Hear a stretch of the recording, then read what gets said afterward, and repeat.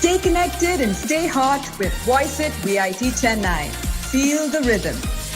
तुम सुनो सबको सुनाओ वॉइस इट वीआईटी रिदम तो फील करो मेरे भाई வாய்ஸ் இட் விஐடி சென்னை கூட சேர்ந்து சிரிங்க சிந்திங்க கவலைகளை மறந்து ரிதம் ஃபீல் பண்ணுங்க వింటూనే ఉండండి వినిపించే వినోదం voice it from VIT Chennai feel the rhythm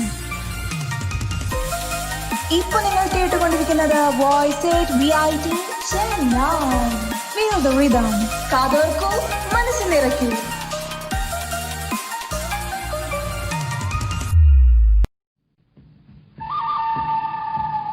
Well, howdy there.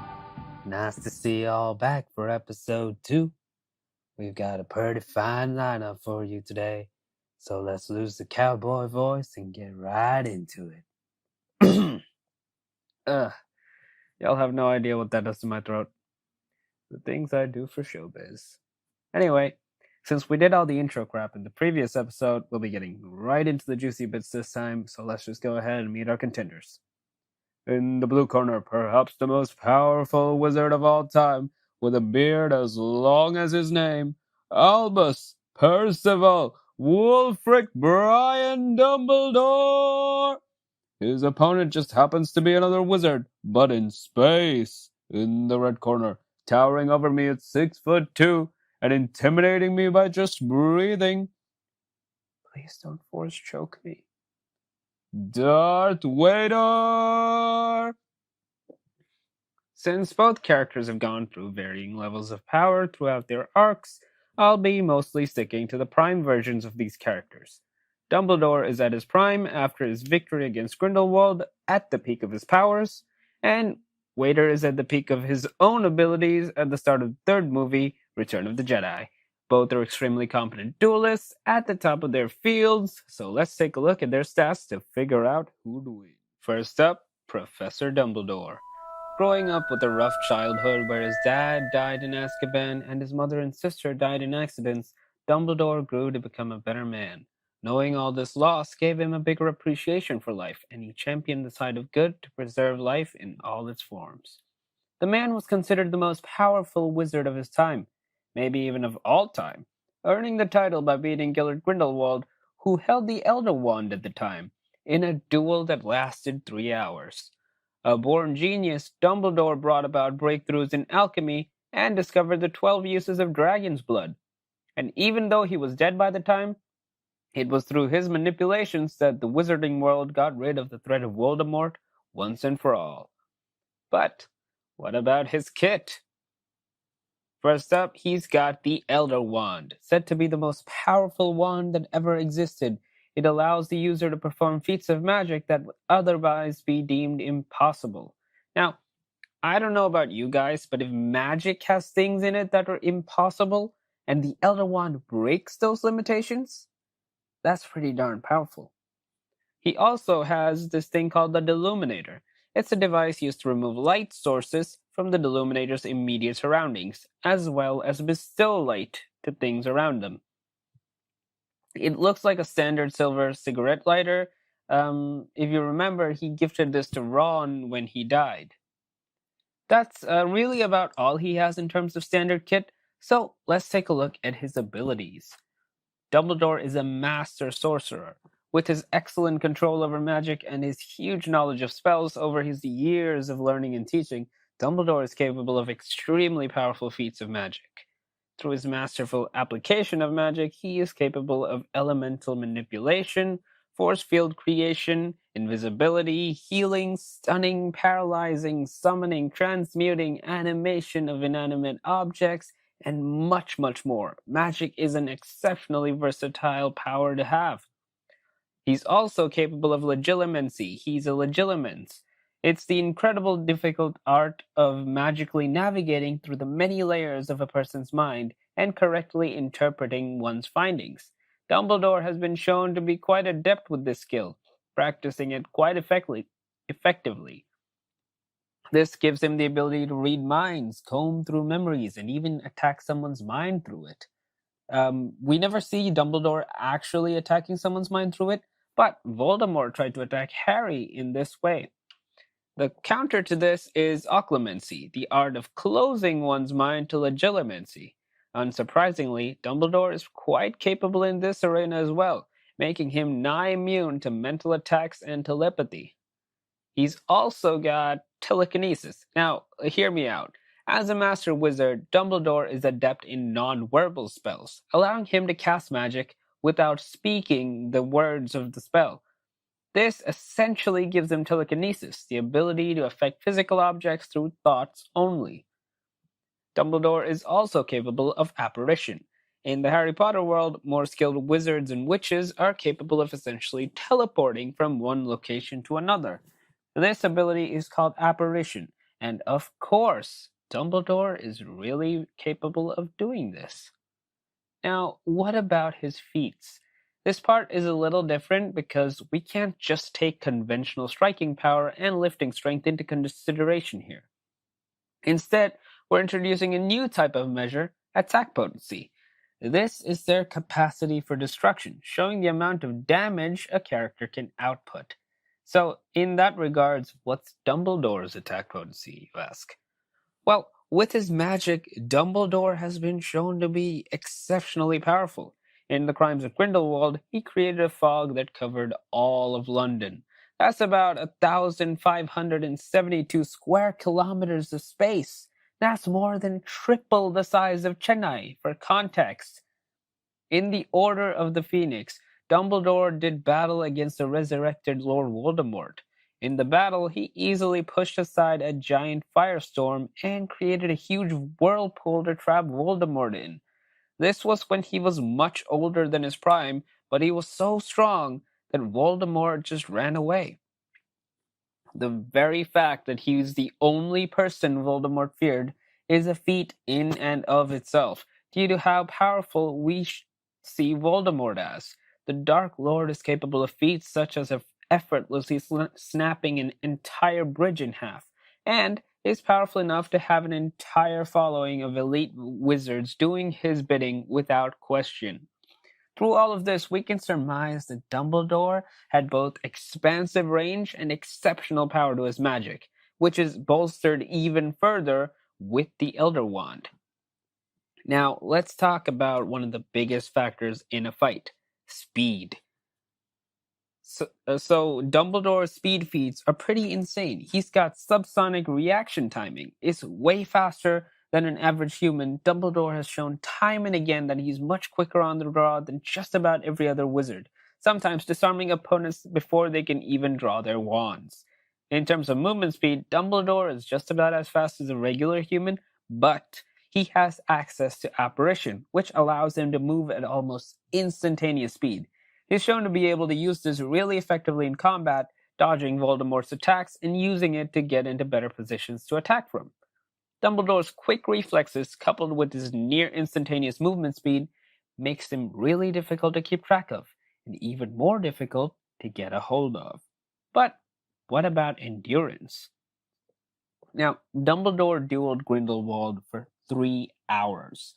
That's like thrice an hour. Okay, that wasn't really, yeah. But that's a pretty long time to be dueling someone for. And another thing is, despite being about 100 years old, Dumbledore was pretty spry and managed to fight Voldemort long enough to make him back off. With magical shielding and charms, we can see him effortlessly deflecting blows from an Obscurus and blocking hits from powerful opponents like Voldemort and Grindelwald with the Elder Wand. Yeah, so Dumbledore isn't running out of breath anytime soon, and he can take a hit, provided he has access to his magic, of course. From these feats, it isn't difficult to see how much of a badass this man is. He fully earns the right to have 5 names. Okay, hold up. Let's take 5 and listen to this thing. Have you ever missed out on some fun and interesting conversations with your friends because you weren't really up to date on what was going on in the social media circles? Have you ever just had a busy week and wanted to catch up on all of the stuff that's been happening on social media? Or do you just want to have some fun and explore social media through someone else's perspective? If you do want to do any of that, then I'm here with a solution for you. This is RJ Niket from Voice It, and I'm here with my show, The Social Media Rewind, a show where I will talk to you about the best trends and posts on social media in the past week gone by. We'll see and discuss about the best content, be it tweets, memes, reels, etc., from all of the platforms you probably know: Instagram, Twitter, Facebook, Reddit, and anything else that you can imagine about. We would also be looking at interesting celebrity tweets and posts from the past week. The keyword there being interesting. Say a player wanted to convey something to his fans and you missed it, then don't worry, you'll find it here. So make sure that you tune into Voice It on all Fridays at 6 to get your weekly dose of social media. See you there. Huh, okay. Now that's over. Let's get right back to where we left off. We've talked about the only man the Dark Lord feared, but what about the Sith Lord? Darth Vader's story is a tragic one. Labeled as the chosen one who would bring balance to the Force, he was once an esteemed Jedi Knight, Anakin Skywalker. However, the numerous tragedies he suffered during his service to the Jedi Order in the Clone Wars took their toll on Skywalker, making the young knight desperate to find a way to protect his lover, Padme Amidala. This opened the Chosen One to the manipulations of Darth Sidious, who turned the newly christened Vader against the Jedi Order, slaughtering numerous Jedi and their younglings as part of Order 66. But Vader was defeated on Mustafar by his former master, Obi-Wan Kenobi, who left him to die there. Vader survived, though, and was given prosthetics to replace the limbs he had lost, and he gained his iconic suit that is essentially his life support system. Vader continued to survive and thrive through pure hate, opening himself up to the full power of the dark side and becoming the greatest Jedi hunter of all time. It's perhaps one of the best character arcs I've seen in popular media, if we were to remove George Lucas's terrible dialogue choices. I mean, I don't like sand? Come on, man. So, what kind of gear does he have, right? Well, Darth Vader has his suit. The iconic Darth Vader outfit is little more than an oversized life support system. It keeps Vader alive, helps him breathe, and gives him control of his prosthetic limbs. The suit's got armor built into it, made of the same Durasteel that battle droids use. So it's fairly resistant to blaster bolts and heat damage. However, it's filled to the brim with electrical equipment that can be short-circuited by a little bit of extra current. This was actually an intentional design choice by Darth Sidious, so that he could easily defeat Vader with his Force Lightning if he ever turned on him. Vader's also got his lightsaber. Now, lightsabers are one of the most iconic weapons in all of fiction, so I don't know if I really need to spend too much time on this. They're basically blades of pure plasma emitted from the hilt and suspended in a force containment field that helps them keep their shape. It's an extremely dangerous weapon in the right hands, capable of cutting through just about anything you throw at it. A more elegant weapon for a more civilized age. Now, what about his abilities, right? Well, Vader is a master of the Force. He was never officially given the rank of master, but Anakin was already on the level of his Jedi Masters during the Clone Wars and was perhaps even stronger than some of them at his peak. After his defeat on Mustafar, his powers were significantly weakened from losing half his body. Even then, he was still one of the strongest Force users. With the Force, he's got enhanced sensory capabilities, telekinesis, precognition, healing, energy manipulation, memory manipulation, the Force waves and such. These are not the droids you're looking for. And he's even got physical enhancements by channeling the Force through his own body. He's also a master swordsman. Having mastered just about every lightsaber form there is, Darth Vader is one of the greatest lightsaber duelists that ever lived. The few times he's lost a duel, he's come back to defeat that person in round 2. Vader's just about unmatched in lightsaber combat by episode 6. Now to his feats. Vader's attack potency. Well, by episode 6, Vader strengthened his connection to the dark side, and it's made him exceptionally powerful with his Force abilities. casually being able to slap an AT-AT walker with his telekinesis. He's also dragged an entire freighter into the ground hard enough to destroy it. Although it might be worth mentioning that the engines of the freighter were already damaged. Even then, it's a pretty powerful feat. If it came down to it, Vader could probably pull down an entire building with the Force. Yeah, he's pretty strong. Now, what about speed? Well, almost relativistic reaction and combat speed, actually. Seeing as how he's capable of not just reacting to, but deflecting or freezing blaster bolts. Mind you, blaster bolts that travel at nearly the speed of light. This is because his reactions are augmented through his power of precognition, which he uses in battle to be able to predict his opponents. Despite the insane reaction speeds, Vader does move really slowly. His running speed is quite slow due to his cumbersome suit, and even with augmented force abilities, his movement is, well, subsonic at best. So this leads us to believe that Vader's really fast in close quarters, especially considering his lightsaber skills, but he doesn't move as quickly as he used to because of the suit. Now, finally, we come to his endurance. Well, first of all, this man survived having half of his body cut off, continuing to keep himself alive through pure hate. That is some ridiculous endurance right there. His armor is capable of handling blaster fire and can withstand close shaves with other lightsabers. With force shielding, he is shown to be able to deal with tsunamis and entire buildings exploding on him. At the end of episode 6, we see him withstanding prolonged exposure to the full power of Darth Sidious's force lightning, despite him being susceptible to short-circuiting. Vader can take quite a lot of hits and keep going, is what I'm trying to say. Okay, hold up. Let's take 5 and listen to this thing. Hello everyone, this is RJ Niket here, and I'm here with a really small show for you, the 5-minute rule. Now I'm pretty sure that probably all of you would have guessed what this show is about, but I'll still explain the concept to you. On this show, I'll be talking about the best food available across various cities of India, and I'll try to cover as many cities as possible.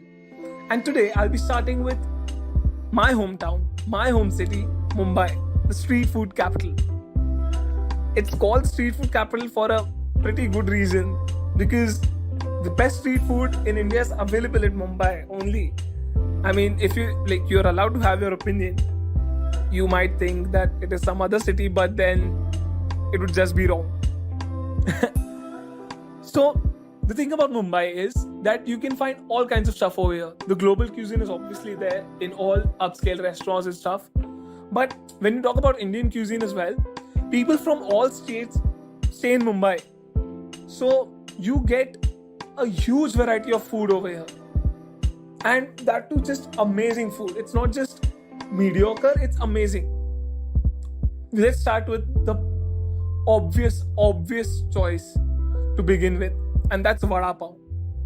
If you come to Mumbai and you don't eat vada pav, that's just a waste of your money. Like, you just wasted thousands of rupees on your trip to Mumbai if you don't eat vada pav. And I'll give you a suggestion to find the best vada pav that you possibly can have during your trip. The second dish that I want to talk to you about is pav bhaji. Now, brief history. Pav bhaji was created by Indians, like the Mumbai locals, using the leftover food which was given by the British. They just made this amazing dish which is now known all across India and eaten all across India from the leftovers that they got from the British. Now, I will suggest 2 places to you. Whenever you come to Mumbai, make sure that you eat at these 2 places. The first one that I'm going to talk to you about should be on a bucket list of food items to be eaten in India. It should be like at the top of your bucket list. And that is pav bhaji at Sardar Pav Bhaji in Tardeo. Just note it down somewhere. And make sure that whenever you visit Mumbai for the next time, make sure that you eat the pav bhaji at Sardar in Tardeo. The second place is Achija and Ghatkopar. But just note these two places down and make sure that you visit these places. Next, I want to talk to you about the South Indian restaurants of Matunga. Now, there are some pretty amazing restaurants and cafes dotted across Matunga, near the Matunga station especially. And my most favorite is Ram Ashram. Even if you go there at non-peak hours, say 3 o'clock, that is like post lunchtime, right? You would still have to wait in line for 20 minutes probably. And that just explains that how amazing it would be. And there are like many ODP restaurants, many cafe like Madras Cafe, Cafe Mysore, and they are just all over Matunga. So make sure that you visit them as well. And if you're into upscale dining, like fine dining, and especially if you're a vegetarian, then don't miss out on Status at Fort. That is a place where you get amazing food, amazing vegetarian food, and affluent people from Mumbai just stand in line for hours over there. So just imagine how good it would be. And they also have a stall kind of thing, I should say. It's like you can just get a cheaper rate for all the foods, not all the foods, selected food items on their menu, and just eat it outside the restaurant, like a fast food type of thing. They have the best Gujarati thali available at Mumbai, and they have all types of Indian cuisine, and they also have a partner restaurant just besides it, and you'll get the best global cuisine over there. That's it for today. I hope you had a great time listening to all of this. Make sure that you search upon this stuff, and I'm pretty sure you'll be drooling for the entire day and not just 5 minutes. So that's it. I hope to see you all again very soon. Bye-bye. Okay. Now that's over. Let's get right back to where we left off. As for who'd win this duel of wizards, I think I'd put my bets on Dumbledore. Now, hear me out. Vader's exceptionally powerful and obviously very durable, while Dumbledore is just a dude with a cool beard and a magic stick. But, the last person to beat Anakin Skywalker in a straight duel was another guy with a cool beard and a magic stick. I'm talking about Obi-Wan Kenobi. Okay, so both of their mind-related powers cancel out. Vader's mind manipulation would fail against someone so strong in occlumency, and any attempts by Dumbledore would be foiled thanks to the years of training Vader has in blocking mind tricks. You see, even though Vader is capable of reacting at near light speeds, he can't move at near light speeds. He's barely subsonic in terms of movement speed, whereas Dumbledore, with his ability to apparate, has pretty much instantaneous teleportation, allowing him to essentially move at near light speeds. This means Vader will never be able to close the gap and engage in an actual physical duel with Dumbledore. Big D would just apparate to a better position to stay out of lightsaber hitting range. As for their respective magical abilities, the Force sure is powerful, but it's nowhere near as versatile as Dumbledore's magic is. With Dumbledore's exceptionally skillful dueling abilities, where he uses both powerful magic and his environment to battle his opponent, the variety in magic would quickly overwhelm Vader's ability to react. Dumbledore's charms and shields would provide ample protection against something like Vader's Force Choke. Plus, since Dumbledore is proficient in non-verbal spellcasting, even if he were caught in the infamous Force Choke, he'd be able to attack Vader to break his concentration and free himself. Summoning a giant lightning storm would probably do Vader in. In the end, the rigidity of Vader's abilities will be his undoing. That's it for today's show. As always, if you think I missed something, or if you have suggestions for a future battle, comment below. I've been your host, Junaid, and this was High Noon Showdown. See you on the flip-flop.